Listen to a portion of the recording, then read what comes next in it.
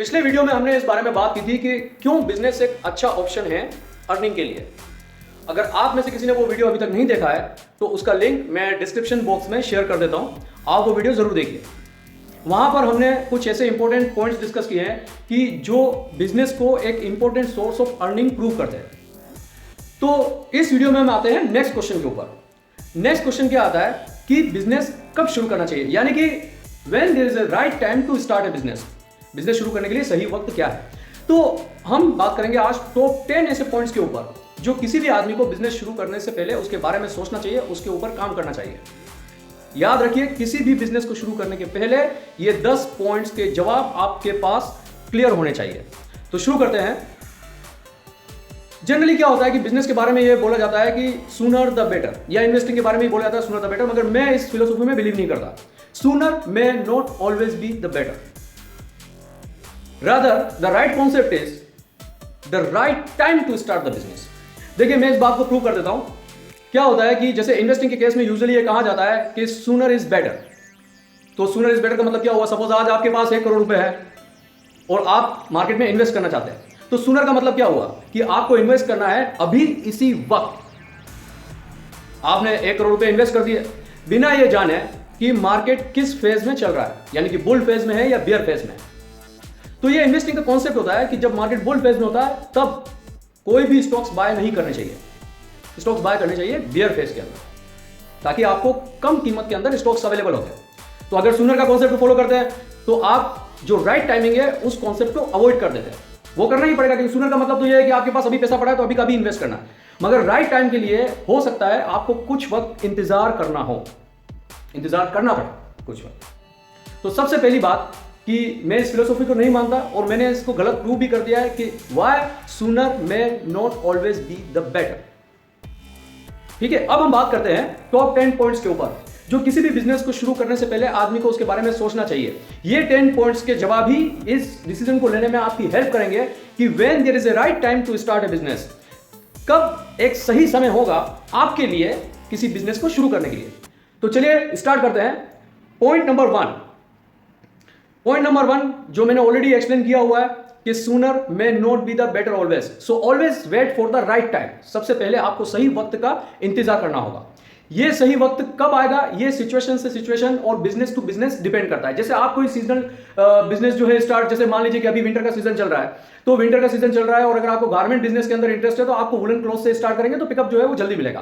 तो इस तरीके से आपको एक राइट टाइम का वेट करना होता है। शादी ब्याह के सीजन होते हैं तो उसमें जो शादी ब्याह से जुड़ी हुई इंडस्ट्रीज है, उससे जुड़ी हुई जो कमोडिटीज है, उसका बिजनेस अच्छा होता है। तो जिस टाइम पे शादी ब्याह के सीजन चलते हैं, अगर आपको उसी लाइन में इंटरेस्ट है तो आपके स्टार्ट करने के लिए राइट टाइम तब होगा जब शादी ब्याह के सीजन होते हैं।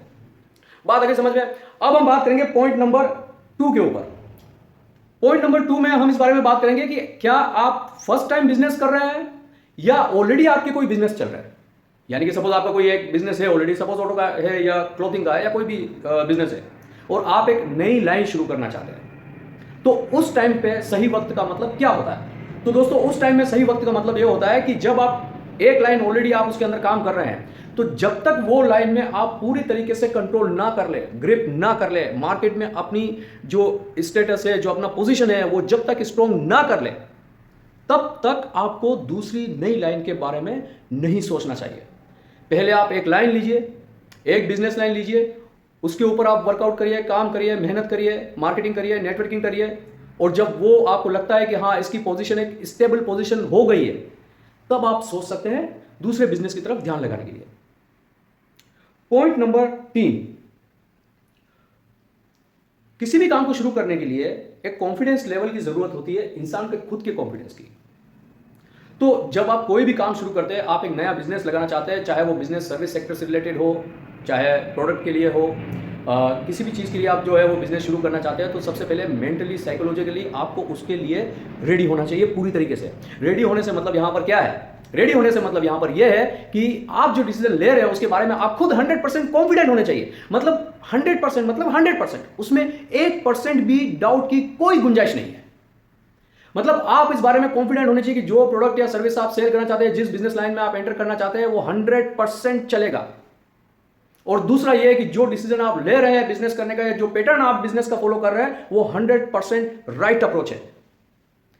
तो ये 100% कॉन्फिडेंस के साथ काम करने के बाद ही आप रिजल्ट जो है एक्सपेक्ट कर सकते हैं। इसमें 1% डाउट भी नहीं चलेगा, मैं फिर रिपीट कर रहा हूं। ठीक है, तीसरी बात आती है, चौथी बात सॉरी, जब आप कोई भी काम शुरू करते हैं, चाहे सर्विस में हो, प्रोडक्ट में हो, किसी भी तरीके के प्रोफेशनल सर्विस होती, कुछ भी होता है, तो हम क्या उसके बारे में सोचते हैं कि हमारे पास हम उस काम के लिए रेडी है या नहीं है।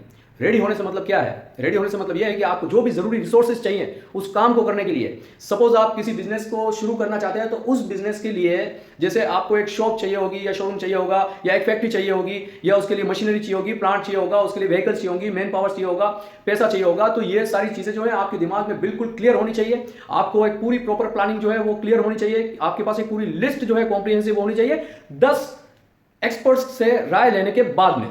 मतलब जितने ज्यादा लोगों से आप मिलोगे, आपकी ब्रेन स्टॉर्मिंग होगी, आप ज्यादा उस बिजनेस के बारे में जानेंगे, उसके रिसोर्सेज के बारे में जानेंगे कि इस बिजनेस के लिए क्या क्या चीजें जरूरी हैं। तो जब वो सारी चीजें आपके हिसाब से, अगर वो सारी की सारी चीजें अरेंज हो गई, तो एक दो एक्सपर्ट से फिर से राय ले लीजिए कि क्या मेरी सारी चीजें इस बिजनेस को शुरू करने के लिए जो जो चाहिए वो सब मेरे पास है, या अभी भी किसी चीज का अरेंजमेंट करना है। तो जब ये 100% अरेंजमेंट पूरा हो जाता है, then there is a right time to start the business, क्योंकि अब आप रेडी हैं किसी काम को शुरू करने के लिए। अब आते हैं पॉइंट नंबर 5 पे। पॉइंट नंबर 5 के में जो है हम इस बारे में बात करेंगे, जो कि बहुत ही इंपॉर्टेंट पॉइंट है। वो ये है कि जनरली क्या होता है कि हम कोई भी काम स्टार्ट करते हैं तो हम एक साथ 2-3 जगह पे जो है ना वो लोगों से कॉन्टेक्ट बनाना चालू कर देते हैं, 2-3 डायरेक्शंस में काम करना स्टार्ट करते हैं। इससे क्या होता है कि हमारा जो कॉन्सेंट्रेशन है वो किसी भी एक जगह पर फोकस्ड नहीं होता। तो उसका असर ये होता है कि जितने इफेक्टिव तरीके से वो पर्टिकुलर काम या प्रोसेस होना चाहिए, उतना इफेक्टिव वो प्रोसेस नहीं हो पाएगा। जाहिर सी बात है, लॉजिकल चीज है। जब आप एक की जगह 4 कामों को एक साथ लेके चलेंगे, तो चारों कामों में आपका दिमाग, आपका फोकस, आपका कंसंट्रेशन जो है वो बढ़ जाएगा। तो बढ़ने की वजह से किसी भी एक काम के ऊपर आपका 100% फोकस नहीं रहेगा। तो ये बहुत ही इंपॉर्टेंट चीज है। जैसे आप इसके प्रोसेसेस डिफाइन करें अपने बिजनेस के, फर्स्ट स्टेप क्या है, सेकंड स्टेप क्या है, थर्ड स्टेप क्या है, फोर्थ स्टेप क्या है। तो एक एक स्टेप को लीजिए, उसको 100% कंप्लीट करते जाइए और आगे बढ़ते जाइए। ऐसा नहीं कि आपने 4-5 स्टेप एक साथ शुरू कर दी, वरना आप उलझ के रह जाओगे और जो चीजें होगी वो बहुत क्लियर नहीं होगी, थोड़ा कंफ्यूजन हो जाएगा। ये कंफ्यूजन समटाइम्स बहुत भारी पड़ सकता है। इसलिए एक टाइम में एक ही काम करिए और उसी पे अपना पूरा ध्यान और फोकस लगाइए। अब आते हैं पॉइंट नंबर 6 पे। देखिए, बिजनेस जो करना है, तो बिजनेस करना है, आपको प्रोडक्ट सेल करना है, सर्विसेज सेल करनी, कुछ भी करना है, तो उसके लिए सबसे इंपॉर्टेंट एस्पेक्ट जो है वो क्या होता है? सेलिंग। ऑफ कोर्स बिजनेस का मतलब जो होता है वो बेचना ही है, चाहे प्रोडक्ट हो या सर्विस हो। तो उसका सबसे इंपॉर्टेंट एस्पेक्ट है बेचना, सेल। सेल किसको? सेल कस्टमर्स को। तो यह जानना बहुत ज्यादा जरूरी है कि आपके पोटेंशियल कस्टमर्स कौन होंगे। क्या आप एक पर्टिकुलरली जो है वो सेक्शन को जो है वो टारगेट कर रहे हैं? क्या आपके प्रोडक्ट सिर्फ एक पर्टिकुलर वर्क के लिए, एक सेक्शन के लिए है? तो आपके टारगेट कस्टमर कौन है ये जानना बहुत जरूरी है। आप इंडस्ट्रियल प्रोडक्ट में डील कर रहे हैं, आप डोमेस्टिक प्रोडक्ट में डील कर रहे हैं, ये सब चीजें जो है इसके बहुत सारे पैरामीटर्स और वेरिएंट्स होते हैं ये बात को सोचने के लिए कि आपके टारगेट कस्टमर कौन है। समटाइम्स क्या होता है कि हमें इस बात की क्लैरिटी भी नहीं आती, बस हमारे दिमाग में होता है कैसे भी करके हमें बस माल बेचना है। ये बहुत ही गलत अप्रोच है। बिना ये जाने कि आपके टारगेट कस्टमर कौन है, अगर आपने इस तरीके से सेलिंग जो है स्टार्ट की, तो आप कभी भी सक्सेसफुल नहीं हो सकते। पहले ये जानिए कि आपके टारगेट कस्टमर कौन है, कौन लोग हैं जो आपसे माल खरीद सकते हैं। क्या वो लोकली अवेलेबल है? क्या वो इंटरनेशनल कस्टमर हो सकते हैं? क्या वो प्रोडक्ट्स जो है वो सिर्फ आदमियों के लिए है? क्या सिर्फ औरतों के लिए है? क्या सिर्फ बच्चों के लिए है? या पर्टिकुलर इंडस्ट्री से रिलेटेड है, पर्टिकुलर सीजन से रिलेटेड है? इसमें बहुत सारे वेरिएंट्स होते हैं। तो ये डिपेंड करता है कि किस लाइन में, किस बिजनेस में आप एंटर होना चाहते हो। तो ये बात समझ में आ गई कि जब स्टार्ट करते हैं बिजनेस, तो आपके कस्टमर कौन होंगे ये चीज आपके दिमाग में बिल्कुल क्लियर होनी चाहिए, विदाउट एनी डाउट। हाँ, ये बात है कि आपके कस्टमर कोई जरूरी नहीं है कि पर्टिकुलर सेक्शन से जो है ताल्लुक रखते हो, उसमें 2, 3, 4, 5, 8, 10 कैटेगरीज हो सकती है, मगर ये पता होना जरूरी है कि वो कैटेगरी कौन है, उस कैटेगरी में कौन से लोग आते हैं, उन लोगों की डिमांड्स या उनकी जो नीड है वो नीड क्या है। इसमें यह चीज को समझना बहुत ज्यादा जरूरी है। नेक्स्ट पॉइंट आता है point number 7, know your product. Know about your product, यानी कि अपने प्रोडक्ट के बारे में जाने, आप क्या चीज बेचना चाहते हो, यह भी उतना ही इंपॉर्टेंट है जितना कस्टमर को जानना है। तो बिना आप अपने प्रोडक्ट को जाने एक सक्सेसफुल बिजनेस एस्टेब्लिश नहीं कर सकते। एक सिंपल सा एग्जांपल देता हूं मैं आपको। सपोज आप कोई इन्वेस्टमेंट ब्रोकिंग फर्म शुरू करते हैं, जिसमें आपकी जो मेन बिजनेस एक्टिविटी होगी वो अपने क्लाइंट्स को एडवाइस करना होगा, इन्वेस्टमेंट एडवाइस, कि भाई आपको शेयर्स में इन्वेस्ट करना चाहिए, म्यूचुअल फंड में इन्वेस्ट करना चाहिए, या कमोडिटीज में करना चाहिए, फॉरेक्स में करना चाहिए, शॉर्ट करना चाहिए, मार्जिन में करना चाहिए, बहुत सारे इसमें वेरिएंट्स होते हैं। तो अगर आप इस तरह की कोई बिजनेस या कोई भी बिजनेस आप शुरू करते हैं तो आपके प्रोडक्ट को जानना बहुत जरूरी है। अब आप खुद सोचिए कि आप एक इन्वेस्टमेंट ब्रोकिंग फर्म ओपन कर देते हैं, मगर आपको ये कॉम्प्रिहेंसिव इंफॉर्मेशन, आपके पास जानकारी नहीं है, आपको नॉलेज नहीं है कि शेयर्स में डील कैसे होता है, म्यूचुअल फंड्स में डील कैसे होता है, कमोडिटीज में डील कैसे होता है, करेंसीज में डील कैसे होता है, तो आप अपने कस्टमर को कैसे कन्विंस कर पाएंगे, आप अपने कस्टमर के साथ कैसे बॉन्डिंग बना पाएंगे, कैसे रिलेशनशिप बना पाएंगे। तो ये जानना बहुत ज्यादा जरूरी है कि आप जिस प्रोडक्ट में या सर्विसेज में डील कर रहे हैं वो प्रोडक्ट या सर्विसेज के इनसाइट्स क्या है, उसकी टेक्निकल एस्पेक्ट्स क्या है, उस प्रोडक्ट के क्या डिफरेंट डिफरेंट वेरिएंट्स है, कहां कहां काम आ सकता है, किस तरीके से वो आपके कस्टमर को हेल्प कर सकते हैं। इसके बाद जो है पॉइंट नंबर 8 है नेटवर्किंग। दोस्तों नेटवर्किंग के बारे में मैंने अपने पहले वाले वीडियो में भी जो है ये बात शेयर की थी कि नेटवर्किंग कितनी इंपॉर्टेंट है। चाहे आप बिजनेस में हो, चाहे आप प्रोफेशन में हो, networking is a very very important tool for business. आपको ज्यादा से ज्यादा शुरू करने से पहले की बात बता रहा हूं मैं, बिजनेस शुरू करने से पहले आपको अपनी नेटवर्किंग स्ट्रॉन्ग करनी होगी। और ये किस तरीके से स्ट्रॉन्ग होती है इसके कुछ एग्जांपल्स मैं आपके साथ शेयर करता हूं। आप जिस मार्केट में डील करना चाहते हैं आप उस मार्केट में जाइए, वहां पर लोगों से मिलिए, अपने कनेक्शंस को एक्सप्लोर करिए, वहां पर अपने दोस्तों से बात करिए, अपने पड़ोसियों से बात करिए, पर्टिकुलरली उस मार्केट के अंदर जाइए। आप पोटेंशियल क्लाइंट्स को, कस्टमर्स को ढूंढिए, उनसे बात करिए, उनसे ये समझने की कोशिश करिए कि उनकी नीड्स क्या है जो आज के एग्जिस्टिंग मार्केट में पूरी नहीं हो पा रही है। तो क्या है जो वो आपसे एक्सपेक्टेशंस रखते हैं। अगर आप बिजनेस करते हैं तो आपका अपने कस्टमर से मिलना, अपने सप्लायर से मिलना, अपने कंसल्टेंट से मिलना, अपने जो चार्टर्ड अकाउंटेंट्स है या जो आपके टैक्स कंसल्टेंट्स हैं उनसे मिलना, ये सब चीज़ें बहुत ज़्यादा ज़रूरी है। ये सब काम करने हैं बिजनेस शुरू करने के पहले। तो आपको ये नेटवर्किंग पार्ट पूरा स्ट्रॉन्ग रखना होगा। देखिए इसका फायदा क्या होता है मैं समझाता हूं। अगर आपका नेटवर्किंग का जो पार्ट है वो एक सुपर स्ट्रॉन्ग आपने नेटवर्क बिल्ड कर दिया, आपका नेटवर्क जो है बहुत अच्छा जो है आपने बिल्ड कर दिया, तो जब आप स्टार्ट करेंगे ना तो आपका जो पिकअप टाइम होता है बिजनेस का, देखिए किसी भी बिजनेस का अपना एक पिकअप टाइम होता है, डिपेंड करता है कमोडिटी टू कमोडिटी या सर्विस टू सर्विस। कोई बिजनेस होता है जो एक हफ्ते में भी खड़ा हो जाता है, जैसे आप रेस्टोरेंट बिजनेस ले लें या कैफे या कैफेटेरिया या कॉफी शॉप बिजनेस ले लें, तो ऐसे बिजनेस सिर्फ एक हफ्ते के अंदर भी चल जाते हैं। कुछ बिजनेस ऐसे होते हैं जिनको चलाने के लिए आपको जो है उनको एक टाइम देना पड़ता है, एक पीरियड देना पड़ता है उसको मैच्योर होने के लिए, उसको जो है मार्केट में लॉन्च करके प्रॉपर स्टेब्लिश होने के लिए। यानी कि जैसे आप कोई suppose on the country, like मैंने एग्जांपल दिया, जैसे एक रेस्टोरेंट है या एक कॉफी शॉप है, कैफे है, इस तरह के बिजनेस जो है एक हफ्ते में भी पिकअप हो जाते हैं। बट जैसे इंडस्ट्रियल प्रोडक्ट है, लाइक आपने एक जनरेटर बनाने का बिजनेस प्लांट लगाया, एक फैक्ट्री लगाई, एक प्लांट लगाया जनरेटर्स मैन्युफैक्चर करने के लिए, तो जनरेटर एक ऐसी चीज है, एक मशीनरी और एक इंडस्ट्रियल आइटम है। तो इसमें मार्केट में आपके बिजनेस को कोई एक हफ्ते, 15 दिन या एक महीना या 6 महीने के अंदर पिकअप मिलना पॉसिबल नहीं है, चाहे आप कितनी भी रोबस्ट मार्केटिंग करते हैं।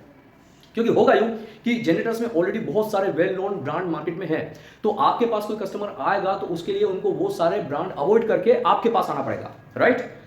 अब बड़े बड़े ब्रांड को अवॉइड करके कोई आपके नए ब्रांड में आए, ये काम कितना डिफिकल्ट है आप ये सोच सकते हैं। तो इसके लिए आपको पहले से प्रिपेयर रहना होगा कि इसमें वक्त लग सकता है। इस तरह के बिजनेस में, खास तौर पे इंडस्ट्रियल प्रोडक्ट में, इसमें 6 महीना भी लग सकता है, 1 साल लग सकता है, 2 साल भी लग सकते हैं, 3 साल भी लग सकते हैं। सपोज आप एक जो है ऑटो इंडस्ट्री में जो है वो एंटर होते हैं और आप एक नई तरह की कार बनाते हैं। अब आप सोचिए कि जो वेल नोन ब्रांड है, बड़े बड़े ब्रांड है कार के, लोग उनको छोड़ के आपकी कार क्यों खरीदेंगे। तो वो इस तरह के बिजनेस के लिए पहले आपको मार्केट में अपनी गुडविल बनानी होती है, एक टाइम देना पड़ता है बिजनेस को। आपका प्रोडक्ट धीरे धीरे करके लोग जानेंगे। पहले स्टार्ट में जो है वो 5 कारें बिकेंगी महीने की, फिर जो है धीरे धीरे बढ़ के 10 कारें हो जाएगी, फिर 20 कारें हो जाएगी। तो इस तरीके से क्या होगा कि 1 साल के बाद, 2 साल के बाद, 5 साल के बाद आपका ब्रांड भी दूसरे कार ब्रांड्स के तकरीबन बराबर आ जाएगा। फिर जाके आपका बिजनेस एक्चुअल पिकअप फेज में आएगा और तब वो एक्चुअल में रेवेन्यू को बूस्ट करेगा। तो जितना टाइम आप नेटवर्किंग के ऊपर स्पेंड करेंगे पहले, और जितनी स्ट्रॉन्ग नेटवर्किंग आप पहले से बना लेंगे बिजनेस शुरू करने से पहले, तो ये आपका वो जो पिकअप टाइम है उसको रिड्यूस करने के लिए हेल्प करेगा। तो जितनी ज्यादा स्ट्रॉन्ग नेटवर्किंग होगी उतना ज्यादा आपका बिजनेस का पिकअप टाइम कम होता रहेगा। ठीक है, बात समझ में आ गई, बिल्कुल क्लियर है।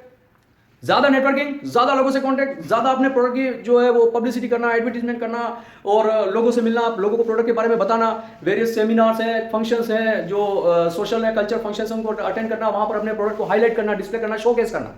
तो इससे क्या होगा कि जब आप रियल में स्टार्ट करेंगे तो आपके प्रोडक्ट का पिकअप टाइम बहुत कम होगा एज कंपेयर टू नॉर्मल, अगर आप ये सब काम नहीं करते हैं तो ये बहुत ही बेनिफिशियल है। उसके बाद लास्ट पॉइंट आता है कि आपको जो भी काम करना है वो काम करना है बिना किसी टेंशन के। आपको 100% कॉन्फिडेंट होना है कि हाँ जो काम मैं कर रहा हूं वो बिल्कुल सही है और मैं इसमें सक्सेसफुल होऊंगा। ये मेंटालिटी से आपको बिजनेस शुरू करना है।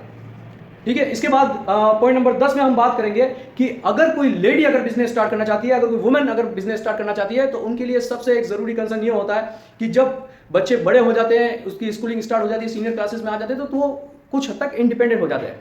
तो जब वो इंडिपेंडेंट हो तभी बिजनेस शुरू करने के बारे में सोचना चाहिए, उसके पहले नहीं। क्योंकि पेरेंटिंग के ऊपर जो है वो लेडी का या वुमेन का जो है सबसे ज्यादा टाइम स्पेंड होता है। मतलब ऑलमोस्ट जो 10-12 घंटे का आप दिन मानते हो, 5-6 घंटे 7 घंटे तो बच्चों को संभालने में निकलते हैं, फिर घर के कामों में और ये सब चीजें। तो जब इन सब कामों से अगर आप इनफ टाइम बचा लेते हैं कि हाँ अभी कॉन्फिडेंट है, अभी इनफ टाइम बच रहा है, तो आप सोच सकते हैं बिजनेस करने के बारे में। तो दोस्तों ये 10 पॉइंट्स जो हमने डिस्कस किया है वो ऐसे हैं जो आपको बिजनेस शुरू करने के पहले इन सब के ऊपर तैयारी करनी होगी। और अगर इन सब के ऊपर तैयारी अगर अच्छी हुई तो डेफिनेटली आपका बिजनेस जो है वो ग्रो करेगा, आप सक्सेसफुल होंगे। उम्मीद करता हूं कि वीडियो पसंद आएगी। फिर से मिलेंगे एक नेक्स्ट ब्रेनस्टॉर्मिंग बहुत पावरफुल और बहुत ही इंटरेस्टिंग वीडियो के साथ। तब तक के लिए goodbye for now and take good care of yourself.